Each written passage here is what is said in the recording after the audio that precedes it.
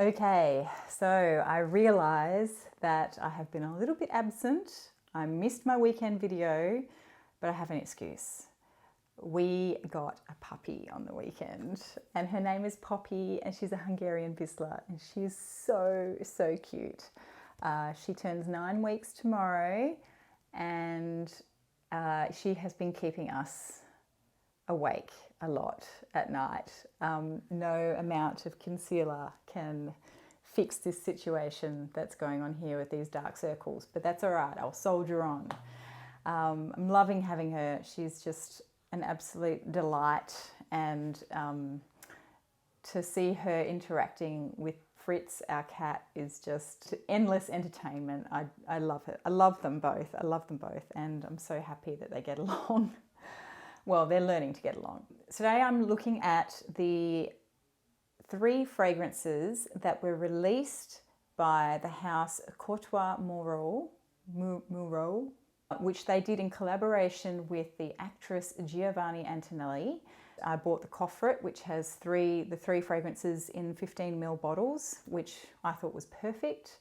And I'm really enjoying them, and I thought it's time to actually talk about them. So the first one of the line is called 411. See if I can get there we go, sort of. The problem with gold labels is that when you try and show them on camera, it's really hard because the light reflects off them. So 411, I'm going to refer to my notes because I've got to remember the perfumers. All of these, so there's 3 perfumes in the line, and they were all done by different perfumers, and I want to make sure I don't get the wrong perfumer matched with the wrong fragrance. So the perfumer behind this one is Julie Masse, and she called this a floral cypress or something, I think, which I don't know if that translates to a floral chypre. I don't think it has oak moss in it though, but this is really pretty. It's very aromatic. There's lots of patchouli in here, and it's kind of woody in the opening. I did spray a little bit on my hand earlier, noting that I will be wearing this now probably until tomorrow, because these are parfum concentration, I think, or are they eau de parfum, but they're very strong. They last a long time. So I guess the thing that I really just want to jump to on this one is that although it doesn't smell the same, it does remind me of Clinique Aromatics Elixir, and my eldest sister, has worn that for years. That's the only fragrance she wears, and she still wears it. She's worn that since I was a small child, and when I smell this, I think of her. So there is obviously something about this that smells similar or is reminiscent of that fragrance for me, but doesn't smell the same. So in the opening, there's lots of patchouli. It's a bit spicy. I believe there's some chamomile in there as well, which when I read the notes and I go, oh yeah, there's chamomile, I go, oh yeah, there is chamomile. But I don't think I would have picked it out if I hadn't read it. Whereas with the Gucci fragrance that was released last year, was it last year or earlier this year? Anyway, I can't remember what it's called. It's the green one. And everyone was disappointed with it, and a lot of people didn't like it because of the chamomile, whereas the chamomile for me was really prominent in that, and I really liked it because I like chamomile. So I haven't bought a bottle of that yet though. So this has chamomile in it, but it also has florals, namely jasmine, and there must be other florals in there. I'm sure there must be yellow florals in here as well. I feel like there might be ylang ylang or something. But what I really like about this one is that the florals in the heart are quite soapy. So there's something in there that gives it a really soapy element, and whether that's the floral or not, I don't know. But once that sort of aromatic, green, woodsy opening kind of dies down a little bit, these florals come out and it becomes very soapy. Occasionally, I get a hint of sandalwood in the base, but I wouldn't say it's super prominent for me. I would say once this dries down on my skin, it's mostly soapy floral, which is quite strong, I'm not going to lie, and it can on certain days be overpowering for me. So I only wear that when I'm really in the mood for a soapy floral. I am occasionally in the mood for that.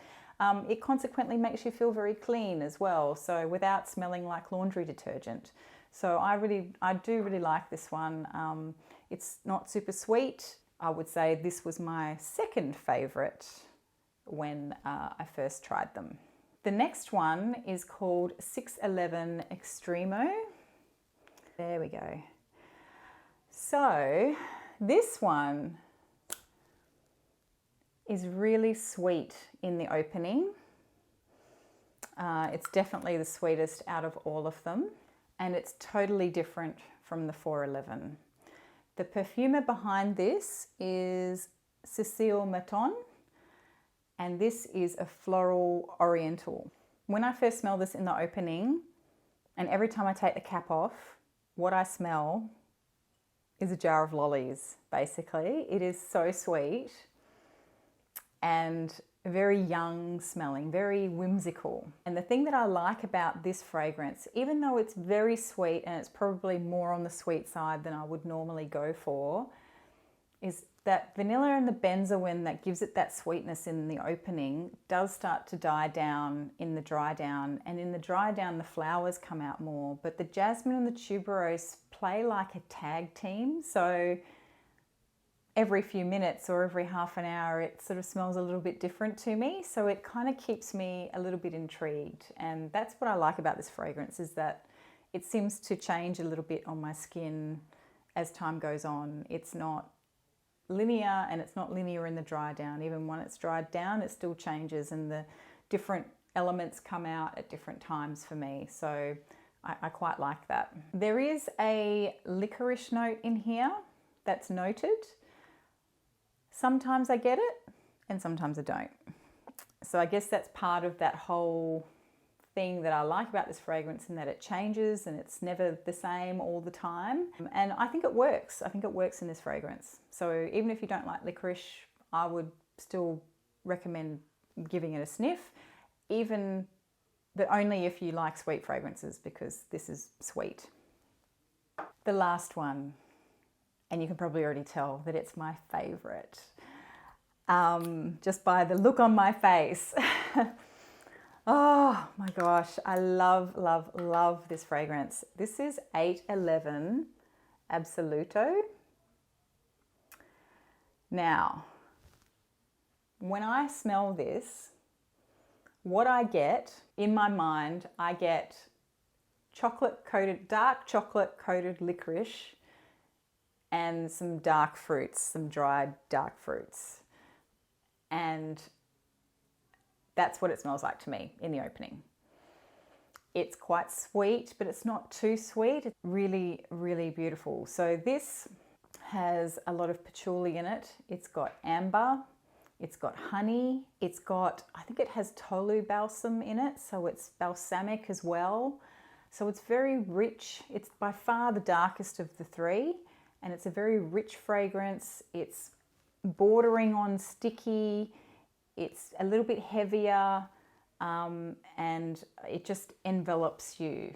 I find it interesting that I got licorice from this, but not necessarily in this, but this has the licorice note and this one doesn't. But I think it's just all the darker elements in here. The dark fruits, the amber and the balsams, that really sort of just the way they're blended, and the honey just sort of tend to give it that licorice vibe and licorice chocolatey vibe.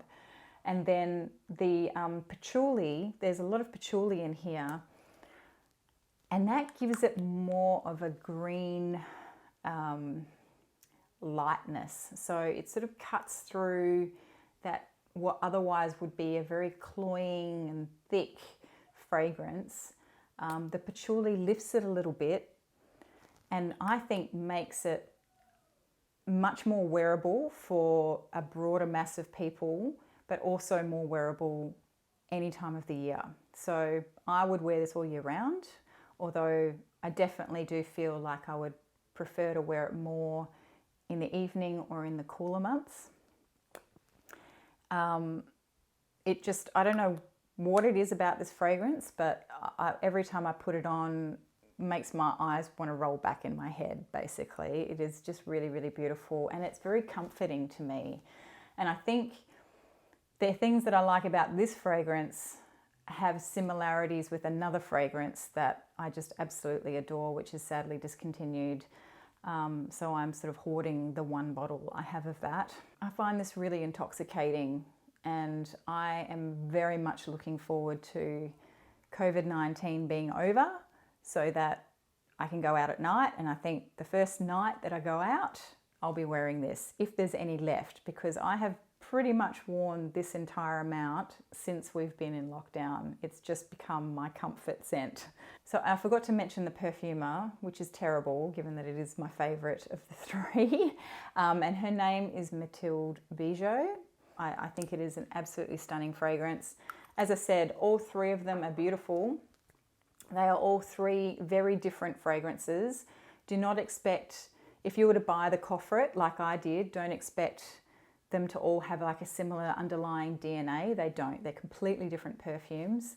They aren't flankers of each other. Definitely recommend checking these out. So that was what I hope will be a very brief video, maybe the shortest one yet. And I know I'm running out of light here. I will try to get back on track with my regular filming schedule, but I'm doing the best I can. It's like having a baby, except I didn't give birth, so maybe I shouldn't say that. But tell you what, I don't remember having a puppy being so much work before, but I'm sure it was. I just don't remember it because it was 14 years ago. So have a wonderful week, everyone.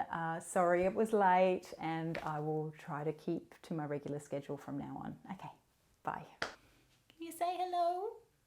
You say hello? Yeah, there she is. Such a cutie. Yeah. Ah, don't you just love the smell of puppies? They just smell so good. Yeah, you do. You do.